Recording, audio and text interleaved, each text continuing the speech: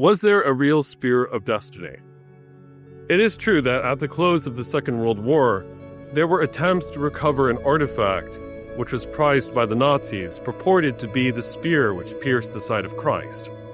It is true that this artifact, which I believe was housed in Austria, was something of a fascination to members of that party, thinking that they could wield occult power.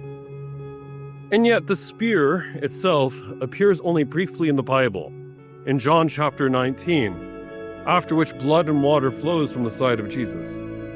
It reappears sometime in the 4th century after the recovery of artifacts from the Holy Land by Helena and Constantine the Great, and of course throughout the Middle Ages on and off.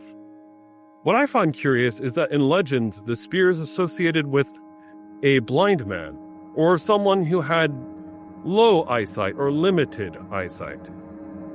His name was Longinus, or Cassius Longinus. In the Passion of the Christ, he's even referred to as Cassius. He supposedly had cataracts according to some legendary sources, or challenged seeing, and when he pierced the side of Christ, some of the blood and water from his side fell upon his face, and he was healed. As a blind individual myself, this narrative has always been inspiring to me. The lance appears with the Holy Grail in many myths and legends, and to this day some think it's in Glastonbury, England, hidden by Joseph of Arimathea. Some believe the real deal is still out there in Europe and many cathedrals. And while I would like to do a future investigation artifact by artifact, this is clear.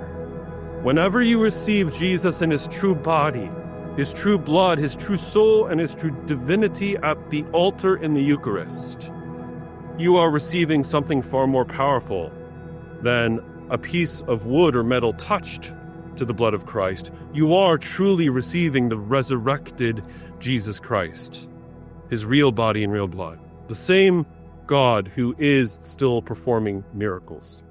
May we have confidence in that. Amen.